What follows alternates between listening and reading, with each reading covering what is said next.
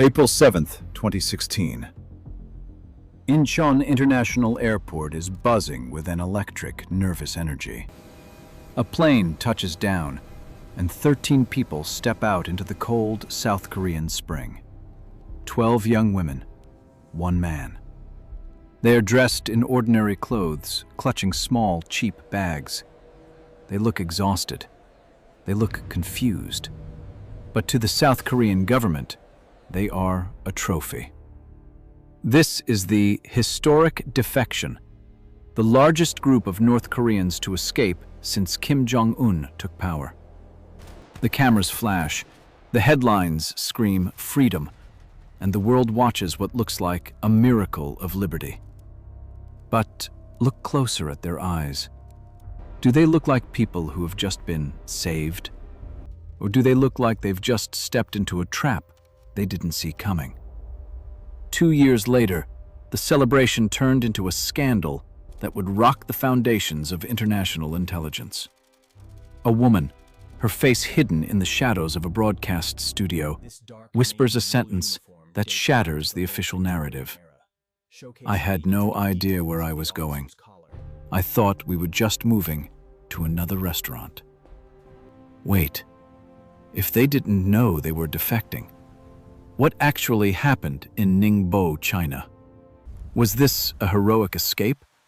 Or was it the most high-stakes kidnapping of the 21st century? To understand the mystery of the Ningbo 13, you first have to understand the terrifying price of being chosen by the Kim regime.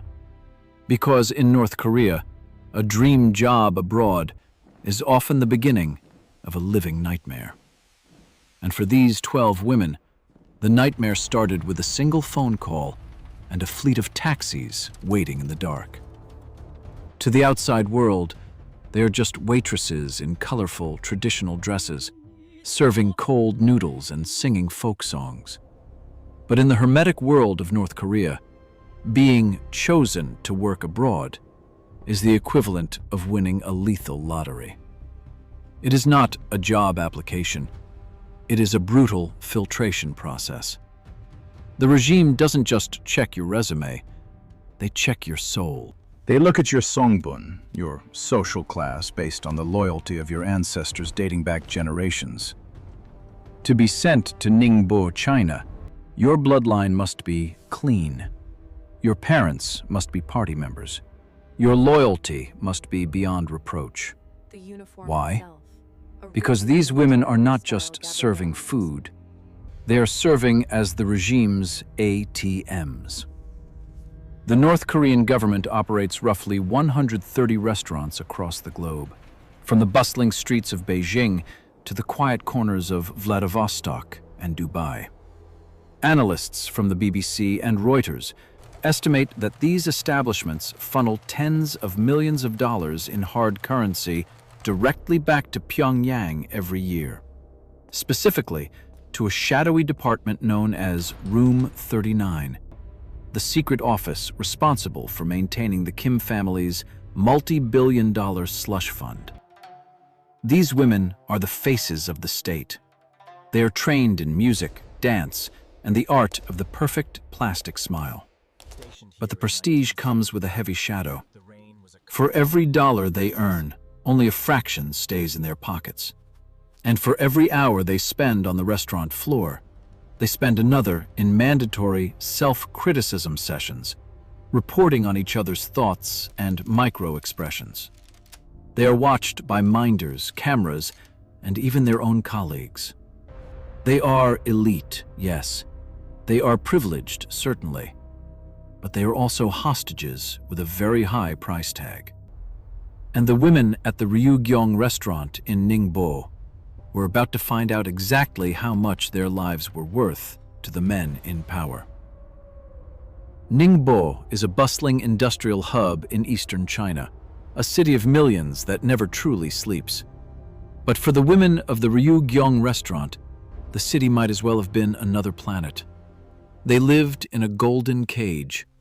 Their world was a narrow, strictly policed corridor between 2 points: the restaurant where they performed and a nearby dormitory where they slept.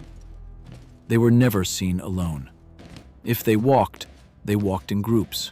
If they spoke, it was only to each other, and always under the watchful eye of a supervisor. Local shopkeepers across the lane began to notice the patterns. They described the women as ghosts in colorful silk. A cosmetic shop owner remembered them coming in occasionally to buy small things, simple hairbands or cheap trinkets. They didn't haggle, they didn't chat. They moved with a quiet, practiced discipline that felt out of place in the chaotic energy of China. Every single day, like clockwork, the sounds of loud, patriotic North Korean music would pour out of the restaurant's speakers, filling the street with songs praising the great leader. It was a sonic boundary, a reminder of who they were and who they belonged to. To the neighbors, that music was just background noise. Until the day it wasn't. On April 5th, 2016, the music suddenly stopped. The doors stayed locked. The colorful dresses vanished from the windows. The ambassadors were gone. But 2 days before the silence fell, a small, unusual transaction took place in a nearby shop. A clue that something was being planned in the shadows. 4 of the waitresses had walked into a store and bought something they shouldn't have needed: heavy-duty backpacks. And they paid full price without saying a word. The cage was about to break. But the question is, who held the key? April 5th, 2016 wasn't just a Tuesday. It was the day the rhythm of the Ryugyong restaurant fractured. For years, the neighbors had lived by the clockwork of the North Korean anthems. But on this day, the music felt hollow. Inside the dorms, the air was thick with a tension the women couldn't name. Their manager, Hyo Gang-il, had given the order. "Pack your things. We are relocating. Better rooms, better conditions. We leave tomorrow." To many, it sounded like a promotion, a reward for their hard work. But for some, the intuition of survival, honed by years of living in a surveillance state, began to scream. This is the detail the official reports often gloss over. The group was originally supposed to be larger. 17 workers lived in that dormitory. But as the sun began to set on April 5th, 5 of those women made a choice that would haunt them forever. They sensed the shift. They smelled a danger that didn't fit the relocation story. Quietly, they slipped away, fleeing to another North Korean restaurant in the nearby city of Hangzhou. They chose the devil they knew over the mystery Hyo was selling. For the remaining 12, the trap was already closing. They spent their final hours in China packing those brand new backpacks, the ones they had bought at full price without bargaining. They didn't haggle because they didn't have time. They were preparing for a trip they thought would last a few hours, unaware it would last a lifetime. On the morning of April 6th, several taxis pulled up to the dormitory. Hyo was there ushering them in, his eyes darting around, checking the street for shadows. He gave the drivers a single destination: Shanghai Airport. As the skyline of Ningbo faded in the rearview mirror, these 12 women were being erased from their old lives. They weren't just leaving a city. They were crossing a psychological border from which there is no return. And the man in the front seat was the only one who knew the destination on their tickets wasn't another restaurant. It was a whole new world. To understand why 12 women were currently sitting in taxis heading toward a life-altering choice they didn't know they were making, you have to look at the man leading them. Hyo Gang-il. In the propaganda of North Korea, Hyo was a success story. A loyal manager trusted to run a high-revenue operation in a foreign land. But behind the suit and the forced smiles, Hyo was a man living in a state of terminal exhaustion. By 2016, his faith in the Kim regime hadn't just cracked, it had shattered. Heo would later claim to international media that the turning point wasn't a single event, but a series of funerals. He had watched 5 of his close friends, men who had served the state just as he did, executed without trial. In the North Korean system, falling out of favor isn't just a career ending, it's a life ending. Heo realized he was playing a game where the house always won, and the prize for losing was a bullet.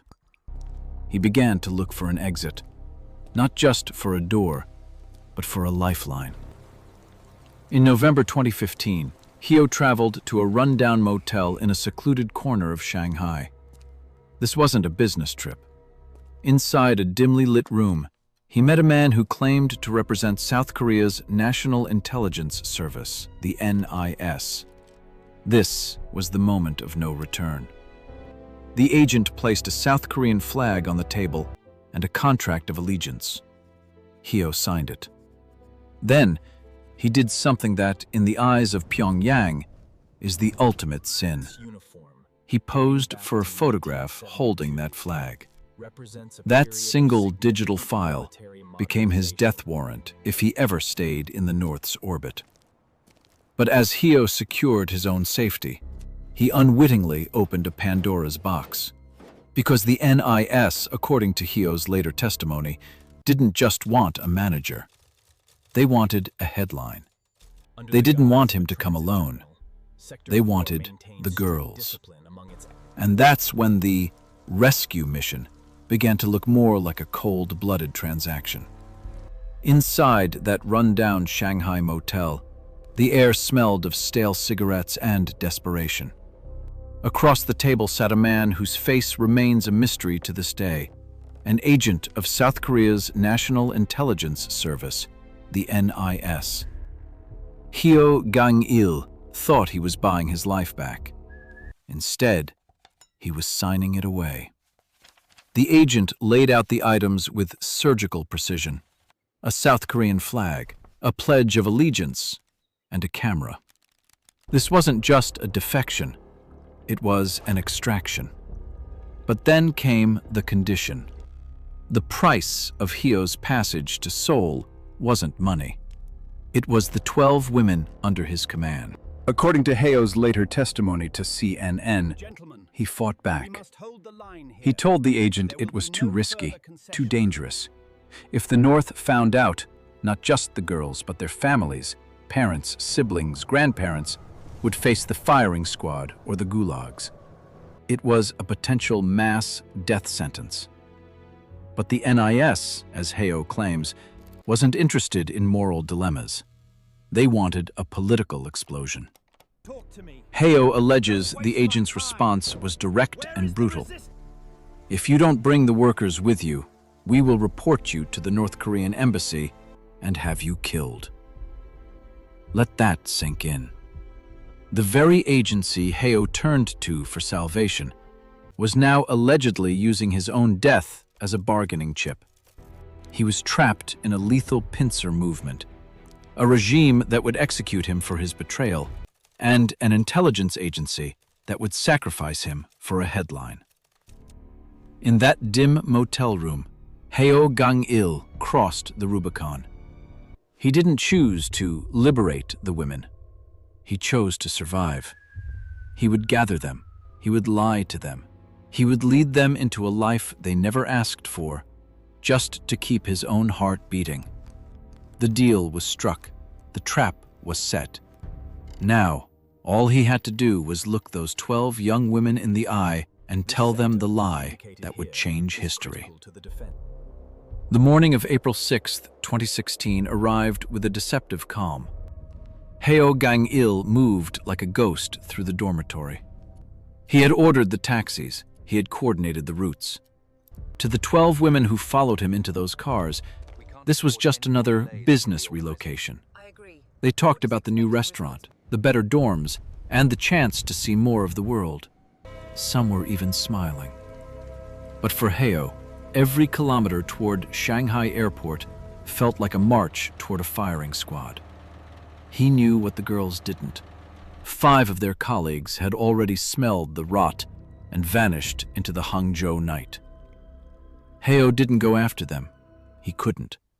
He had a quota to fill for the NIS, and he had 12 lives packed into the back seats of those taxis. When they reached Shanghai, the transition was seamless, disturbingly so. The South Korean intelligence machine was at work. There were no long lines, no suspicious questions from customs. It was as if a path had been cleared through the crowded terminal by invisible hands. They boarded a flight to Kuala Lumpur, Malaysia. Up in the air, thousands of feet above the sea, the 12 women were in high spirits. They were traveling, they were together, and they trusted their manager implicitly. Heo sat among them, a traitor in their midst, carrying a secret that would eventually tear their families apart back home. He watched them eat, sleep, and dream of a future that was being rewritten in real time by intelligence officers thousands of miles away. By the time the wheels touched down in Malaysia, the relocation was almost complete. But as they stepped out into the humid air of Kuala Lumpur, the facade began to crack. The new restaurant wasn't there.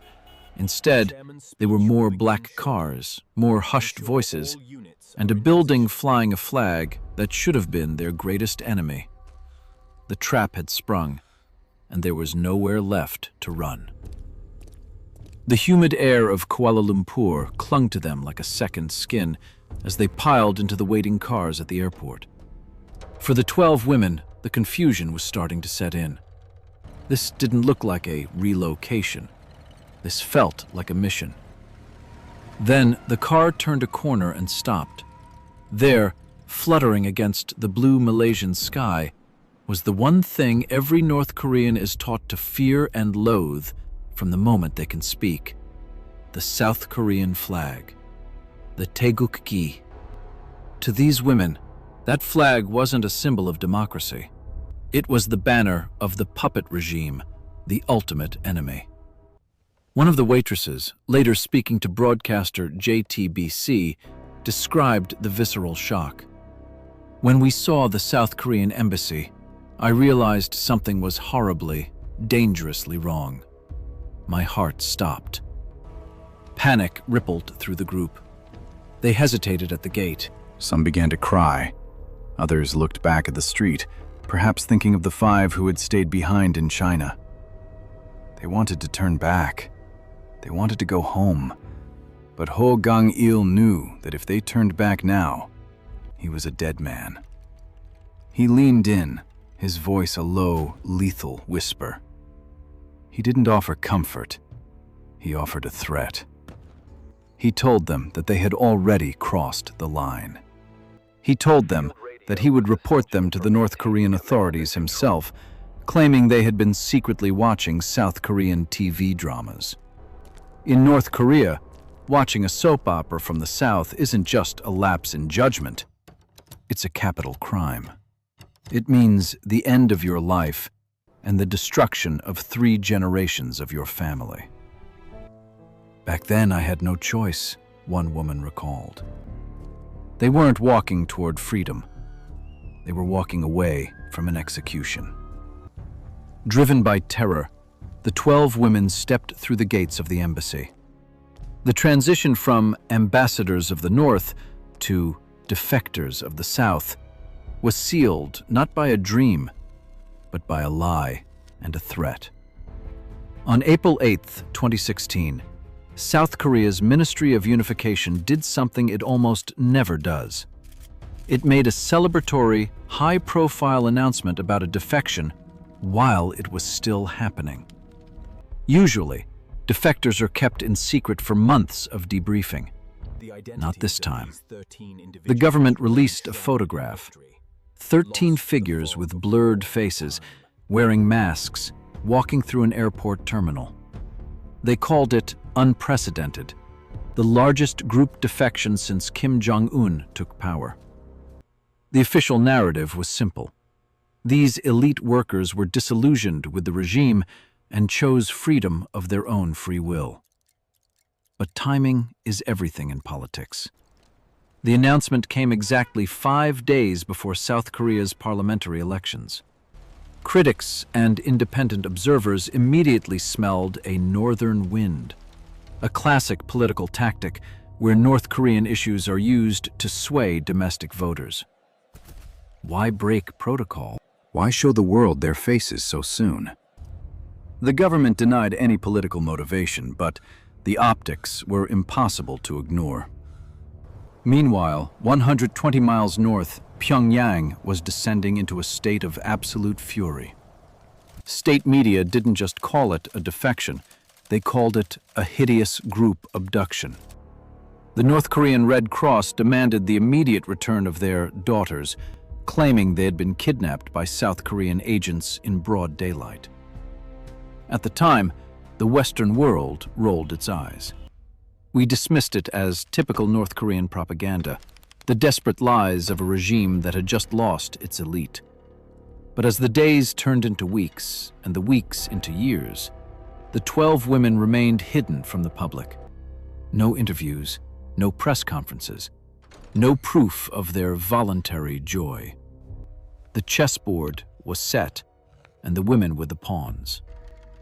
But the most shocking move was yet to come, not from a politician, but from the manager himself, who was about to walk into a CNN studio and burn the whole narrative down. In May 2018, the silence was finally broken. But it didn't come from the South Korean government, and it didn't come from the 12 women. It came from the man who had led them across the border, He Gang-il.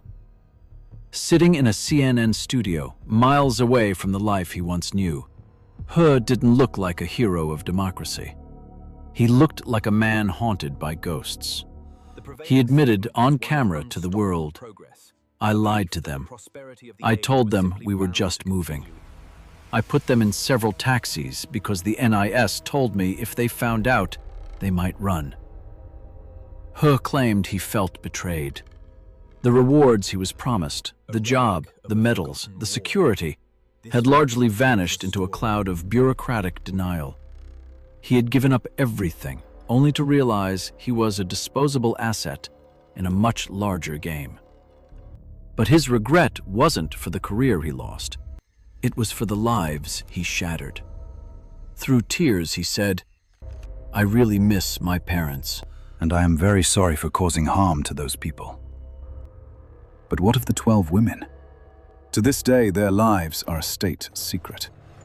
A 2019 Human Rights Commission found no clear evidence of forced abduction, but they also couldn't prove the women were happy. At least 3 of them have managed to get word out through lawyers and activists, echoing a single, heartbreaking sentiment. "If it was possible for me to go home even now, I would like to return to the bosom of my mother." They aren't symbols of freedom. They aren't political trophies. They are daughters, sisters, and friends who bought backpacks on April 5th, thinking they were going on a trip, and ended up in a world they never asked for. As of today, the truth remains hidden behind classified files and diplomatic walls. The NIS remains silent. The North continues its fury. And 12 women continue to live in a shadowland, unable to go back, unable to speak, and perhaps unable to ever truly be found. Was this the greatest rescue of our time, or the most elaborate lie? Maybe the answer doesn't matter as much as the cost, because in the game of nations, it's always the ones without a voice who pay the highest price. What do you believe happened in those taxis? Was Heo a desperate man saving lives, or a pawn in a political hit? Let us know your thoughts in the comments below. And if you want to uncover more stories the world tried to hide, subscribe and hit the bell. Until next time.